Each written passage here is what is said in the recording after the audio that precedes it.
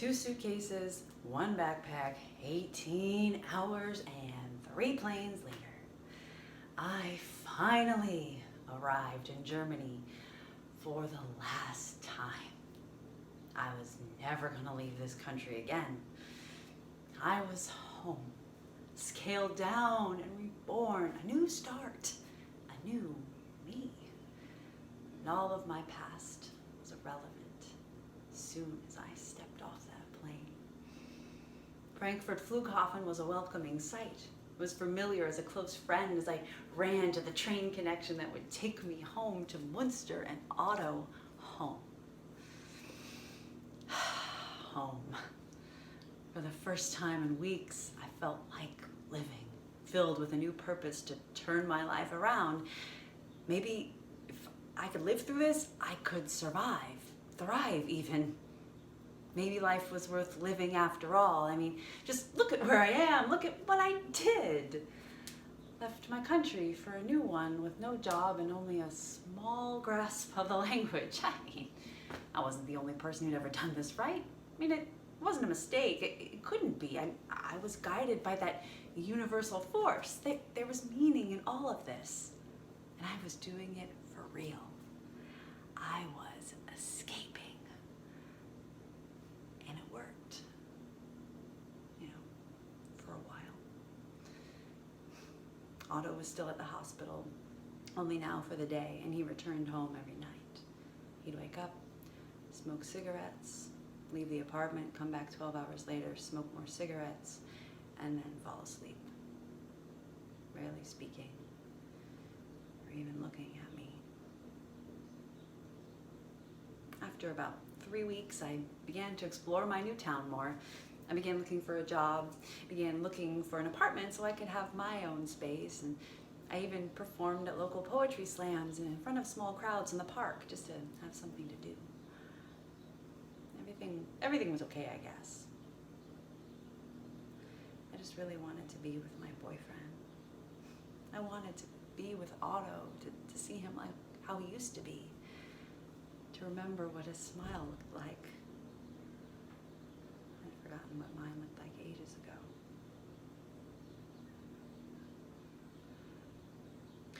About a month after I arrived, as I was walking down the street one day, a small red tuft of fur caught my eye, and I leaned over into the gutter,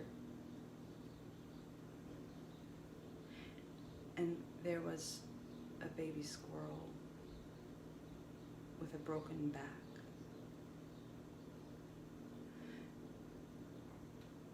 It was still alive, but it was writhing, struggling, gasping for air.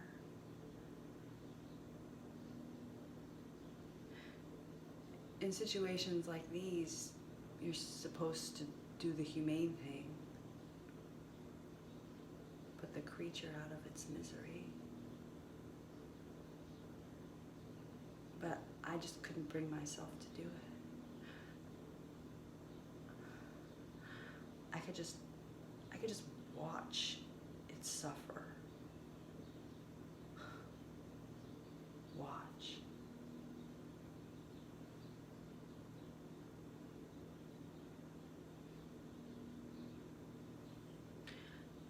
I'm nothing but a coward. I wasn't strong enough to stay with Otto.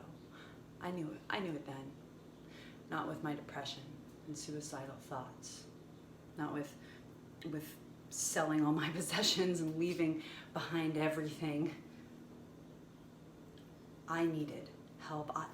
I needed something stable, but I had nothing stable to grab onto. I felt like I was grasping at water, and solid matter was no longer a possibility. Maybe it was because I was taking on a responsibility I wasn't prepared for nor educated enough to deal with. I mean, I was the worst possible person to help pull him through this. I couldn't do this to him. I couldn't be as messed up as I was with him needing so much. I mean, what good would I be to someone who actually needed support and help? And his reality made mine feel both insignificant and overwhelming. I tried though. I asked about his meds, and I wanted to talk to his doctors to make sure he was making progress, and we would take walks around the city until he became so overwhelmed we had to return home to decompress, and I would try to communicate with him. I would pry English from his mouth when he could find the words, and our conversations were of the future. Do you want to get married? Do you want to get married to me? Do you want to have kids? Where do you see yourself in 5 years? Why didn't you tell me about your diagnosis sooner? I wish I had known. If I had known, maybe I would have prepared better.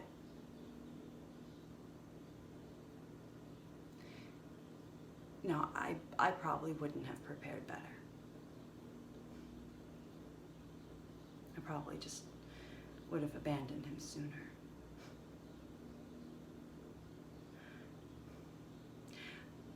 I wanted to be the kind of person who could stick around. I wanted to be the person who stayed with him through the hard times. I had stayed through harder times. I could do it. I could.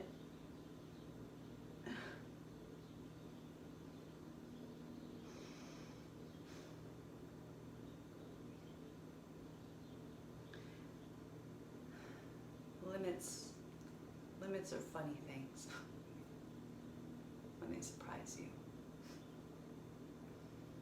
And all that bullshit you tell about yourself is actually put to the test. I'm not a good person. I'm just human. The cycle of stimulus and reaction. Escape.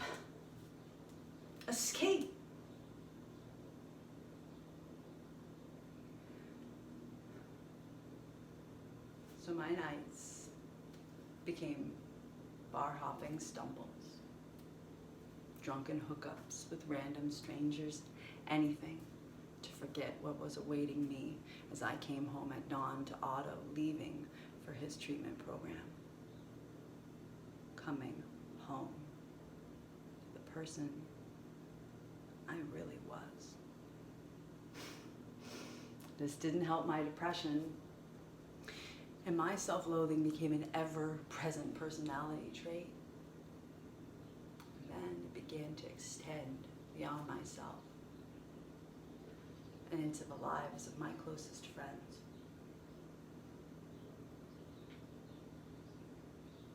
I stayed with my German poet friend Shoshana for a couple days, to take away from the stress of living with Otto. On the third day, I was there. I kissed her fiance while I was drunk, just desperate for something to hold on to. She was so stable, so forgiving, so exactly opposite of who I was. She told me she understood why I did what I did. She didn't ever want to speak to me again.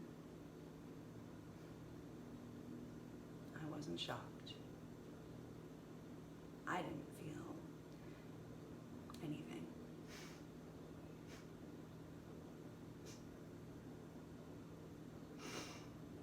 I left her house and returned home to Otto's sleeping figure, and I climbed into bed with him.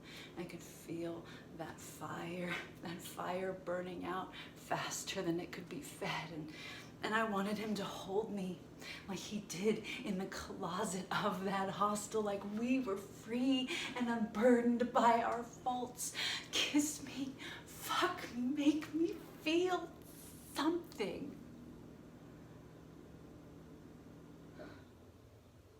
It hurts, he said. It hurts. And he was right. He was hurting. And I was hurting. This whole situation hurt, and we were both so isolated, especially when we were together. Escaping doesn't work when you can't escape from yourself. I was running away, but always ending up where I began. I was living in the hourglass, the maze. I kept finding dead ends and suffocating in time. I thought the universe had a plan, that there was meaning in all of this, but there was just me, making my own misery. I thought about Kali Ma, the goddess of women, the goddess of destruction, and how she danced through my life like a tornado and wrapped me up in her irony. Where did her influence end? And I begin? I was not a spectator in my life. I was a participant. I chose daily to self-medicate. I chose daily to run from Otto's diagnosis, to kiss sloppy, faceless strangers, and to feel completely justified in doing so, spinning, swirling, never slowing down, and spiraling towards a center. I was afraid to see how far does the bottom really go. Am I willing to find out? Maybe I was the spiral, slowly going around and around until I found the lesson. What is the lesson? Is it clear to everyone who meets me? What do you see when you look at me? Can you tell me what I am supposed to do? I am 27 years old and I have never, ever felt more lost. I am here in transit, always moving, always spinning, but still standing so still. What would I do if I stood still long enough to figure out what I am running away from? Am I too scared to see all of the destruction I've bestowed upon my own life, the queen of my own mess? I have created a kingdom of eternity and told myself it was the best I was ever gonna get. I didn't want to leave. I didn't want to leave Germany.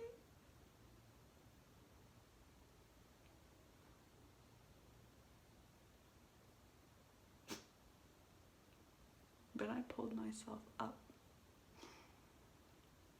leaving behind a suitcase full of my clothes as a promise to return.